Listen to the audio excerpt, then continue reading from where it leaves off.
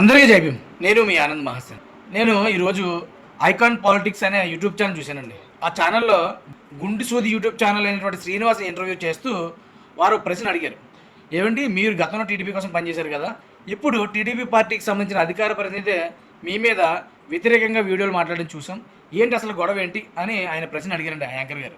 దానికి శ్రీనివాస్ అనేవాడు ఆయనకి ఎటువంటి కంటెంట్ లేక నా కోసం మాట్లాడుతున్నాడు అని హేళనగా మాట్లాడుతున్నాడు. అరే గుండు సూది, నీకు సూట్గా ప్రశ్న రా, టీడీపీ పార్టీ కోసం నువ్వు తప్పుగా మాట్లాడడం, తప్పుగా ప్రచారం చేయడం వాస్తవం కదా.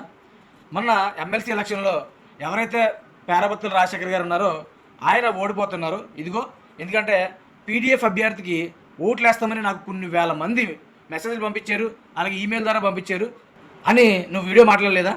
అంటే నువ్వు వైసీపీ కోవర్ట్ కాబట్టి కూటమి ప్రభుత్వం తరఫున పోటీ చేసే పేరాబత్తుల రాజశేఖర్ గారు ఓడిపోతున్నారని తప్పుడు ప్రచారం చేసావు కాబట్టి రాజేష్ మహాసేన గారు నీ నిజ స్వరూపాన్ని కనిపెట్టి నీ బండారాన్ని బయట పెట్టడం వల్ల నువ్వు ఇప్పుడు మళ్ళీ లేదు నేను తప్పుగా మాట్లాడలేదు, నేను ఆ రోజు అందరూ పంపించిందే నేను చూపించాను కాబట్టి నేను టీడీపీ పార్టీనే అని మళ్ళీ యూటర్న్ తీసుకొని ఈరోజు మళ్ళీ టీడీపీ పార్టీకి సపోర్ట్గా మాట్లాడడం జరుగుతుంది. గుండు చూదుగడికైనా లేదా కుండబద్దగడికైనా లేదా ఐకాన్ పాలిటిక్స్ అనే ఎవరైతే ఉన్నారో వాళ్ళకు కూడా మీరు ఎవరితోనైనా పెట్టుకోండి, కానీ రాజేష్ మహాసేన మాత్రం పెట్టుకోవద్దు.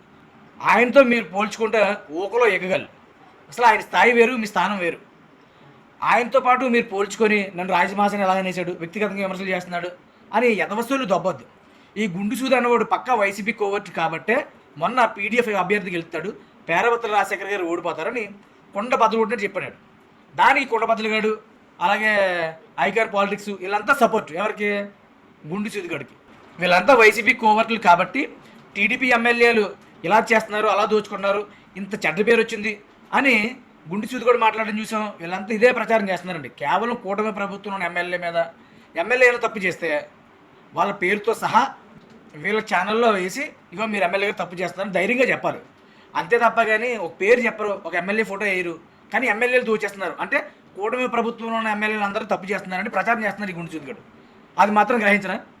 అంటే ఎలా ఉందంటే టీడీపీ పార్టీ అని చెప్పుకుంటూనే టీడీపీ పార్టీ పైన తప్పుడు ప్రచారం చేస్తున్నారని చెప్పడం మాత్రం వీళ్ళకి నొప్పి వచ్చేసిందండి. వీళ్ళు చేసే పని అది కాబట్టి రాజేష్ మహాసేన అదే బయట పెట్టాడు.